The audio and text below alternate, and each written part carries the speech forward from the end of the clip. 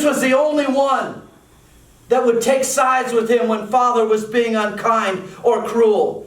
This was the one where they cried together as young children when they were afraid of things, and where they laughed together when things struck them as funny. His confidence is gone. No future plans. And then he looks across the table. He looks and he sees the lonely look upon his father's face. He sees the lonely look upon his father's face and sees a tear in the corner of his eye, and that his eyes are bloodshot from crying, and wonders why it's not enough for just him to be at that table. Why are you sad? Am I not enough for you now? He's gone. He left. But Father, I'm still here. And he could not understand. He could not understand. Perhaps he's upset because of his good riddance to his brother was not the feeling of his father. How easy it is for some to just let him go. Don't let the door hit you on your way out. And the father didn't take that attitude. Because he wasn't his brother, he was his father. He was his father. He goes out into the barn that first morning and realizes that his day will now be filled with more things to do. More responsibility. He's now going to have to pick up the slack. His brother's business won't be done, so he'll have to suck it up and do it. Make no mistake, when people leave, a workload becomes greater. You're working, they're playing. And that works on you over time. The anger starts to boil. That anger starts to boil as he starts to take on the extra responsibilities. The more money will have to be spent to pay extra servants now.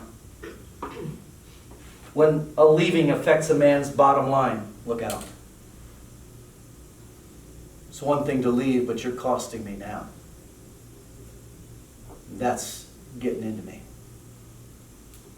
You can go where you want, but because you left, I'm paying your price. I'm paying the price now for what you did. And you did it to me. He goes out with the livestock that has been now depleted and looks across to the southern horizon, which always had a field that was part of his family. It was now given to his brother and then sold. Now if he wanted to walk through that field, he'd have to ask permission. If he wants to walk across that field from now on, he's got to ask permission. That was a field that was in his family ever since he can remember, and now he's got to ask permission to get into that field. If he wanted to fish from that pond or dip his feet in that stream, he would have to do it as a trespasser, because it was no longer a part of his family. And his little brother did this. His brother did this to him. If he wanted to eat the fruit of the southern vineyard, he'd have to buy it. It was no longer theirs. The thought of buying fruit from a vine that you planted and that you helped to plant made him sick to his stomach. And he lost his appetite. There would be no more memories made by the huge trees in the grove where he and his brother played as children. There would be no more secret pacts. The rights to make any more memories on that land was terminated. The rights to make any more memories on that land was terminated. His brother terminated the rights to memories. It was sold. And when that land was sold, it was as if his very soul had been sold. The favorite swimming hole would never again hold a good thought. Memories only held pain in his heart. And so the same thing he watched yesterday that gave him such great joy, today that same thing he looks at gives him nothing but anger and bitterness.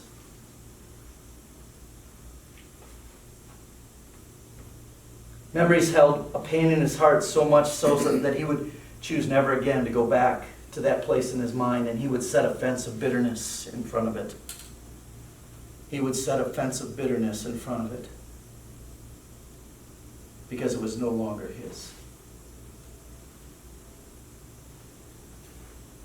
He went from having the leadership and the authority over his little brother to a position of only submission to his father. He was now no longer the lead son in the family, but now all he was submitting to a father. He lost his role as a leader. When the bottom line is gone and authority is taken from you, it hurts. And there was suddenly no more mentoring program, no more directives to order within the family, no one to blame when the fence broke.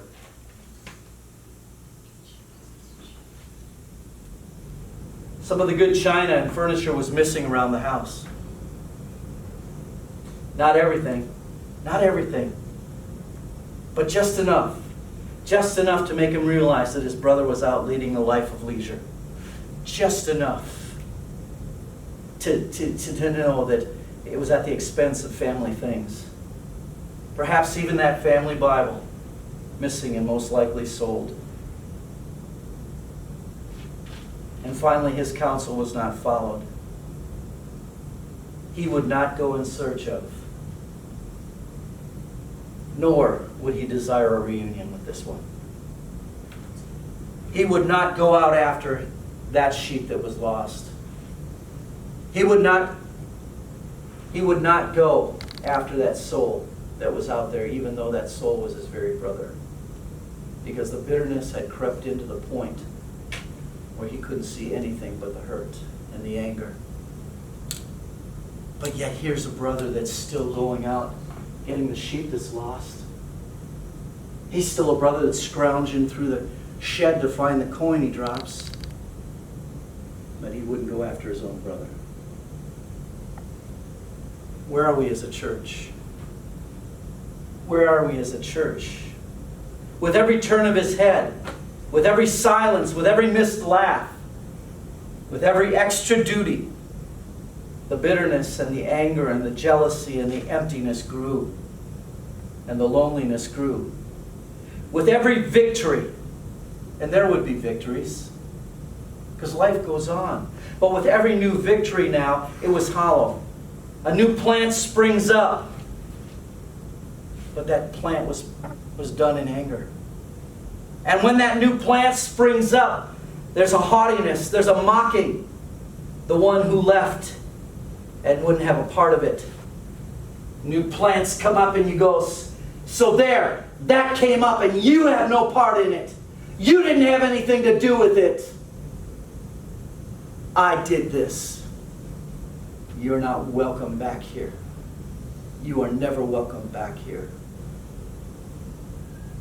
The anger grew with every moment. And then I think about plants grown in bitterness. They're not as nourishing to the taste. Eventually you've lost your appetite for the nutrition. And you don't prepare for the in spite of.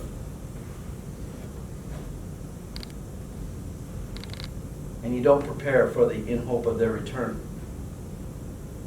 But the worst possible scenario happened. The son came back. The troublemaker. And even if he did come back, he wouldn't get that land back. He wasted it. He wouldn't get that. He wouldn't get that family heirloom back. It's gone forever. And he will forever remind his brother, if he ever sees his face again, how angry he was. He was angry. And he wouldn't go in. Therefore, his father came out and entreated him and said it. He begged him. The Bible says here in Proverbs 10:12 that hatred stirs up strife.